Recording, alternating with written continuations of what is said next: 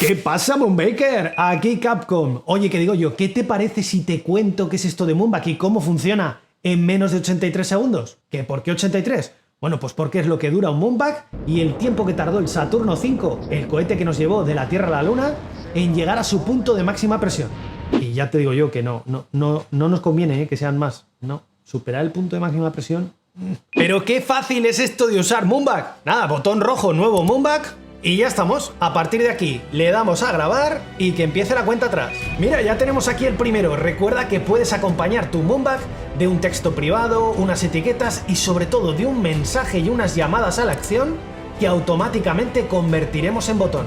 Pero vamos, que si grabar es fácil, compartir tu Moonback con terceros todavía mucho más. Compartir vía enlace, correo electrónico, página web o incluso código QR. En cualquiera de los casos, al final lo que tendrás es un enlace en tu portapapeles que simplemente tendrás que pegar en el canal que prefieras.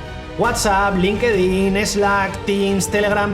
Pero si es que hasta lo puedes hacer en tu propia página web y sin tener que programar. Cuando hagan clic, esto es lo que verán. En su tablet, en su ordenador, en su móvil y sin descargas ni apps. Anda, mira, justo en este momento alguien está accediendo de nuevo. ¡Wow! En tiempo real puedo saber el porcentaje de reproducción que lleva esta persona. Mira, ahora está tratando de cerrar una reunión y hasta ha hecho clic en mi WhatsApp. Si hasta me pueden responder sin descargas ni apps. ¿Y esto qué me dices de esto? Nuestro puesto de mando NASA Style con estadísticas brutales en tiempo real. Imagen de marca y dominio personal, check. Integraciones nativas con Salesforce y Pipedrive, check. Y esta Chrome extensión para que uses Moonback en tu día a día desde cualquier web app.